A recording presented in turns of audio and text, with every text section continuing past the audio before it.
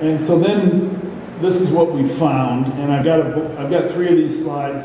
The point is that there are bees that are only found in certain habitats, and either that's because of the soil type or the plant associations. One interesting thing that we found so far, and we're still gathering bees from these 10 refuges, so the data, such as it is, has only been partially processed. The samples have only been partially processed. But one of the things we found is this bee here, Les Bourgeois Bistro, is a wetland specialist. It's a little nondescript brown, bronze-colored bee, probably 3/8 of an inch long.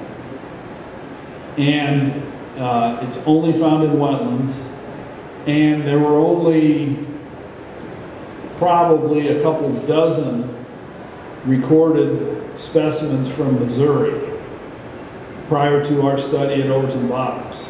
We found several hundred of these bees at Overton Bottoms, and now we found this bee from the Middle Mist Refuge, which is south of St. Louis, all the way up to Iowa. And it's discovery in Iowa is a new state record for Iowa, and it's about a 200-mile extension of its range. So, I mean, that just tells you the level of what we don't know about bees. Mostly it's because they're poorly studied and there hasn't been a lot of folks out looking for them. And then here's a bunch of bees that we only found in the forest. These Osmia bees are what are called blue orchard bees, or they're in that family of blue orchard bees. So they're important pollinators of willow in particular, but a few other forest-associated plants. And so once we catch the bees and we have a bunch of wet bees, we come back to someplace. This happens to be my office, and there's kind of a process here. So this young lady we dump the wet bees into here. This young lady is pulling them out and putting them on a paper towel, and that's what this lady over here is doing also. Once we separate the bees from the butterflies and the grasshoppers and the flies and the moths and everything else that we catch in bowls, they get put on a paper towel and they kind of air dry, and then they go from there into this jar, which actually has screen on the top and bottom, and we use a hair dryer to fluff them up and dry them. And then these folks here and here, they're actually pinning the bees and putting labels on them. So it takes usually an hour or two in the office after we've gone out and caught bees. Who's making that identification? Well, after 4 years, I can do some of it, and then Mike Arducer, the guy at NBC, does the rest. So for my station, I send the bees to Mike, and they look like this. The other stations, when they send bees to Mike, they're in alcohol in a Ziploc bag, and he has to start from that point. So you do that for every single bee? Every single bee we catch ends up on a pin with a label. And you keep track of the color probably, don't you? So you know which flower it's eating? We don't. Oh, and there's a reason. And God bless you for asking that question, because Jeannie worked at USGS, U.S. Geological Survey, which is a research, she works in biological research division. That function used to be within the Fish and Wildlife Service, and it got moved. I can't remember all the history, but 10, 15 years ago it got moved out of Fish and Wildlife Service and into USGS. And so what I do is monitoring. if we were going to do what Jeannie asked, that would be research, and we don't do research. So the thing that I do is monitoring, and the thing that I hope by doing this monitoring is that I get researchers to say, wait a minute, what if we knew what kind of bowl it came from? What if we knew what time of day it was caught? And on and on and on. This is Mike, our producer, and his assistant Katie. Their office is over at the Bush Wildlife area near St. Louis. And so all the samples come into Mike and Katie. Mike identifies them. You have to use a microscope to do that. So there's hours and hours of looking through a microscope, looking at leg hairs, looking at how many punctures are on the scutum, looking at whether the hair on the turga of the abdomen is at the top of the turga or the bottom, looking at length of the mandible, on and on and on. So, and there's keys, and it's tedious work. However, once you've done it for hours and hours and hours, you do get to the point where you can actually pick a bee up on a stick and go, oh yeah, I know what that is. That's such and such. Now there's some, Mike's been doing this 20 years, and there's some bees that Mike looks at under the microscope for an hour and says, I don't know what that is. So it's a challenge. And you know, one of the cool things is that I get to train young biologists, and you know, this happens to be a moment where we actually captured a couple people that were excited about looking at bees.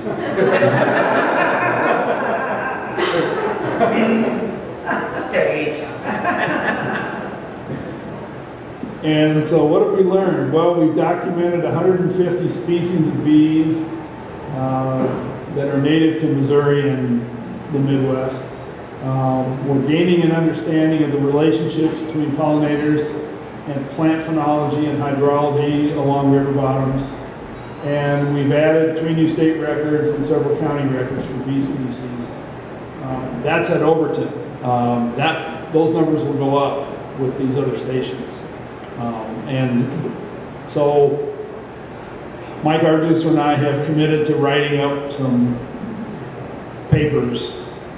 I hesitate to call it research, but some papers for journal publication, because bees are poorly studied in general. Bees along river bottoms are even more poorly studied. And so, not that we're the smartest folks in the world, but because we've been out there looking, we've seen some things that we think is worth sharing with other folks within the scientific community.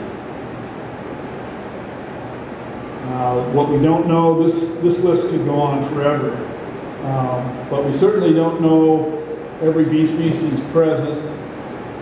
Even though we looked for 3 years at Overton, we still don't know every bee species at Overton. And for sure, we don't know if species weren't there.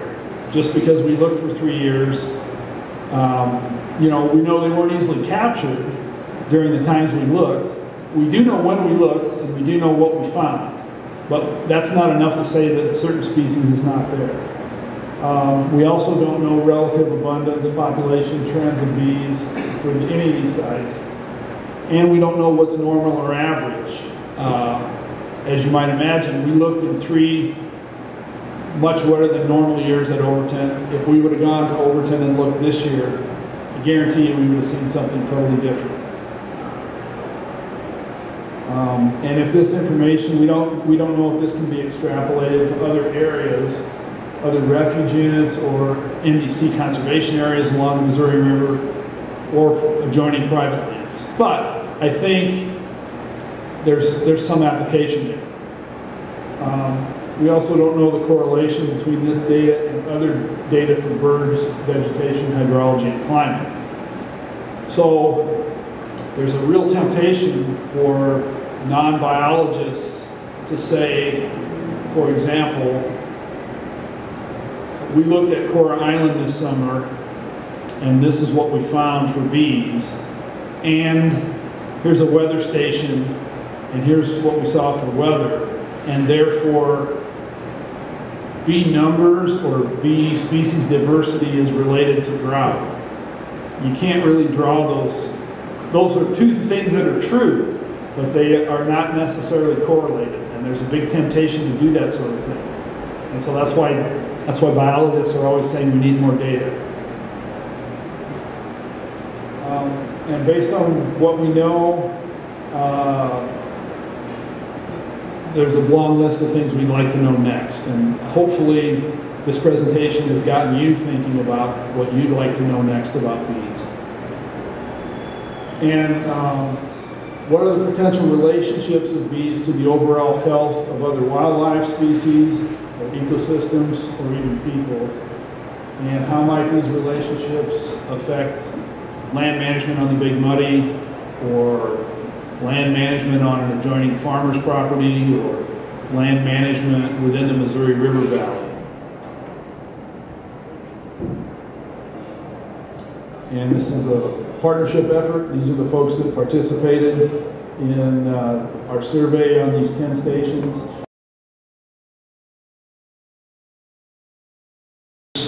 That's not true. There's at least 3 other volunteer groups, one in Illinois, one in Iowa, and one in Wisconsin, that have contributed to this that I haven't mentioned.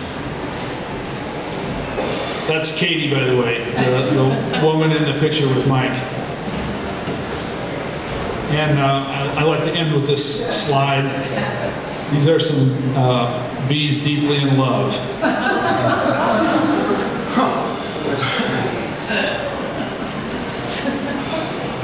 So Wedge, Yes, ma'am. you just studied the native bees. So does that mean then the honeybees that have gotten so much attention, they're diminishing numbers, you didn't consider them at all, right? Well, no, we caught honeybees, and honeybees are not, it's interesting, honeybees are not readily drawn to bowls, so you don't catch many honeybees in bowls. And once I trained volunteers to know what a honeybee was, we didn't catch honeybees in proportion to their numbers. So we could have caught hundreds of honeybees every time we went out if we wanted to.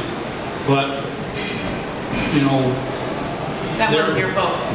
Right, they're easy to identify. So every time we went out with netting, if I had new netters, we caught honeybees.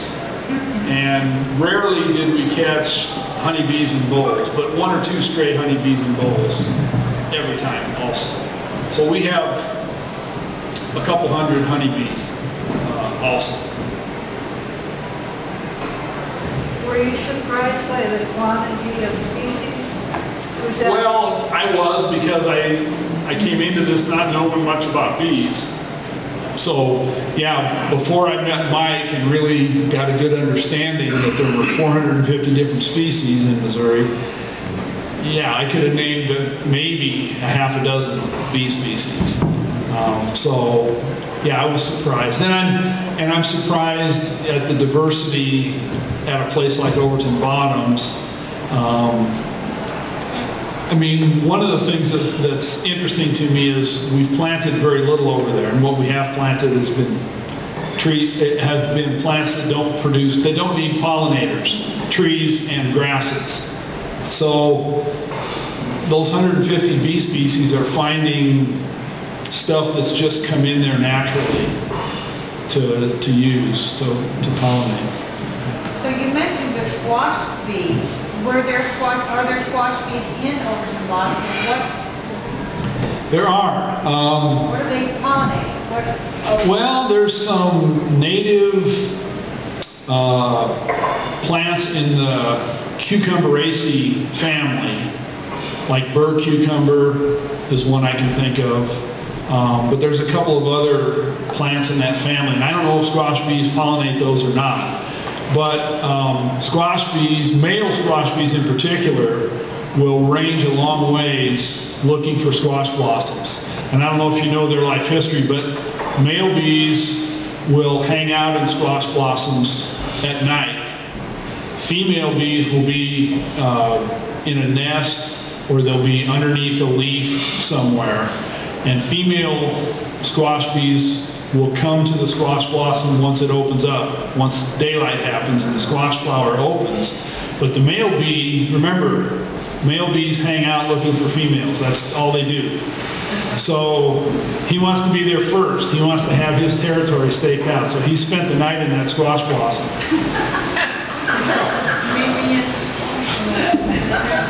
So did you collect that over to Bottoms this summer? The squash bee? No. Oh, no. Well, I've gone over there with some students just to show them the techniques, but we did not sample Overton Bottoms this summer. I just didn't have the resources to do that, so we sampled at Coral Island.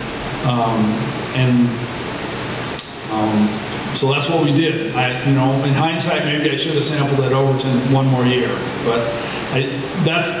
Coral Island is a new unit, and it's one that we're just starting to plan our restoration efforts on. So I thought it was important to get a before sample while there's still agricultural crops in the ground over there. So I wanted to get a before restoration sample, and then I plan to go back 5 years from now or so and sample again and see what the differences are. Melanie? So the 3 years you were doing Overton, how many of those years was it covered in water? It was covered in water every year for at least probably 3-4 weeks between April and October. And in 2000, I get my years right, I think it was 2009, 10, and 11 that we sampled. So in 2011, it was covered all summer.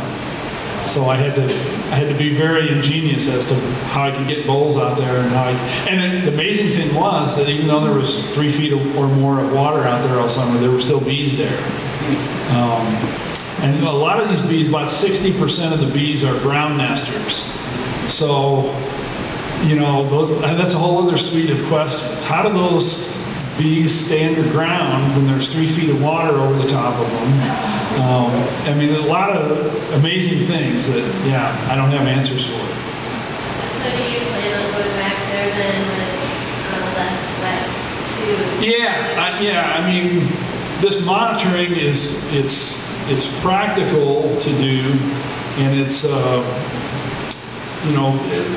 close to Columbia and Boonville we can find volunteers. So ideally I'd like to go back in 5 years, and hopefully in 5 years if there won't be another wet cycle, I'd like it to be a dry cycle, but so we get a little diversity in the sample. But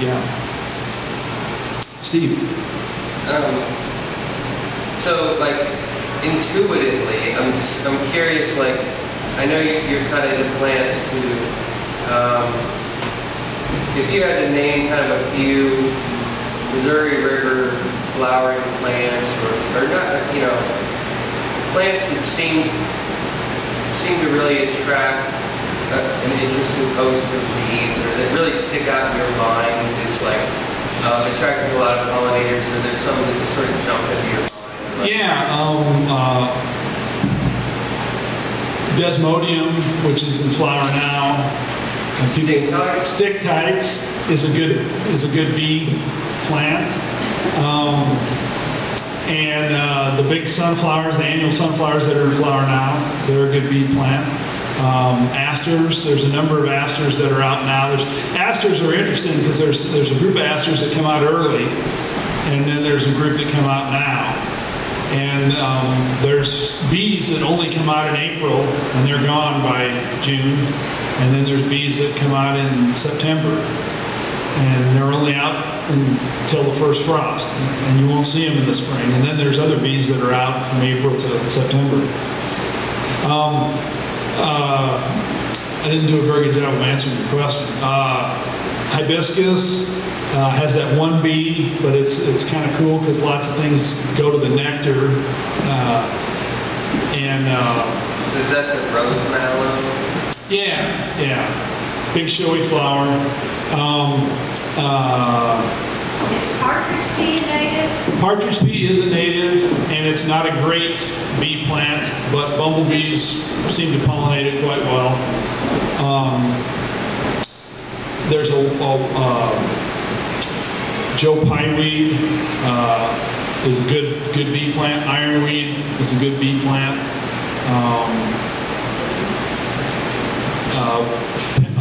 Polygonum, the smartweeds, attract quite a few bees. Fog fruit, which is a little short plant with a little fuzzy white flower low to the ground in wetlands, attracts a fair number of bees at certain times. Black-eyed Susans, lots of the more prairie plants, coneflowers, that are not really bottomland plants per se, but they're certainly on terraces and bluffs. Bluebells, it's kind of a moist woods plant.